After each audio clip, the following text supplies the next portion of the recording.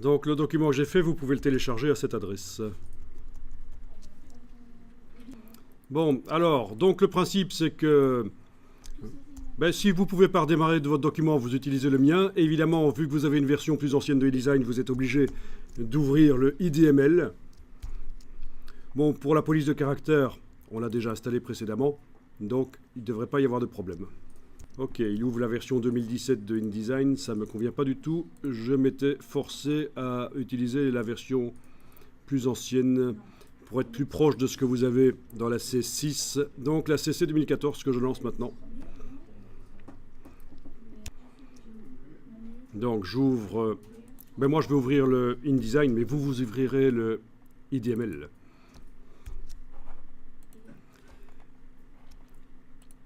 Donc l'idée c'est qu'à un certain moment vous allez démarrer votre propre document sur base de ceci. Tous les styles de caractères, paragraphes et objets vont rester. Et il va falloir en fait vider la totalité du texte et des images en fait, et redémarrer avec vos propres textes et images. Bon, je vous montre quand même quelque chose, c'est que vous avez la possibilité dans le document ici de modifier la mise en page rapidement. Donc, palette page. Vous avez la possibilité d'aller activer les deux pages du gabarit. Voilà. Je vais peut-être demander dans le menu de la palette page d'avoir des grandes vignettes jumbo. Comme ça, on voit les pages bien grandes là. Voilà, je suis en train de travailler sur le gabarit. J'ai activé les deux pages du gabarit avec clic majuscule clic. Je les vois ici. Et les modifications, je vais les voir dans la palette page. Je n'ai pas ouvert une nouvelle fenêtre pour voir les modifications en temps réel. Et vous savez ce que je vais faire ici. Hein. Page, marge et colonne. On active l'ajustement de la mise en page. Étant donné qu'on a les blocs texte qui collent sur le bord, normalement, si je modifie les marges ici maintenant, ça devrait modifier la mise en page. D'ailleurs, on aurait dû modifier dès le départ les marges pour faire en sorte que le petit fond soit plus grand. Donc voilà, activer l'ajustement de la mise en page quand on travaille sur les deux pages du gabarit, casser la chaîne, faire en sorte que le petit fond soit plus grand. 30 mm par exemple, et voilà, on voit que ça bouge. C'est trop près du haut ici, je vais modifier la marge de tête. Voilà. Ah mais oui, plus vous allez mettre de l'espace entre le texte et le bord de la page, plus ça va être classieux. Donc il ne faut pas hésiter. Évidemment, ça va demander plus de pages. Voilà. Donc 30 de tête, 30 de pied, 30 de petits fonds, 20 de grands fonds, voilà. Vous avez une mise en page qui me semble être meilleure.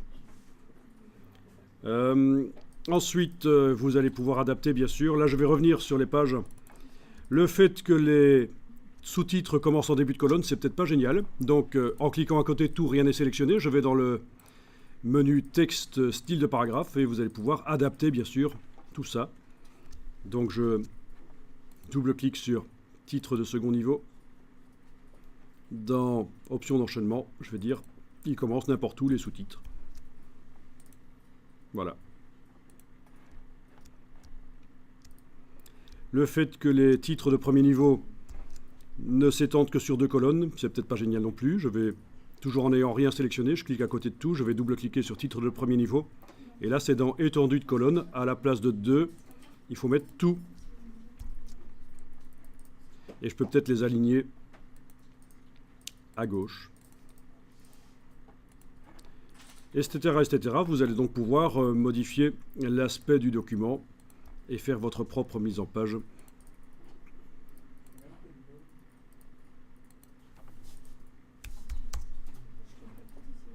Voilà. Donc, vous êtes censé enregistrer le document en lui donnant un nom évocateur. Par exemple, vous allez travailler sur le Japon.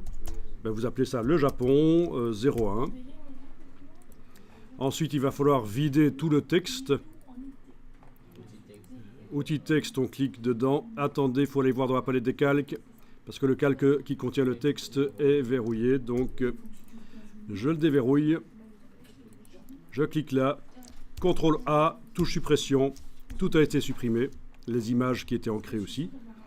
Ensuite, sur le calque images flottantes, on est censé aller cliquer sur les images et les supprimer.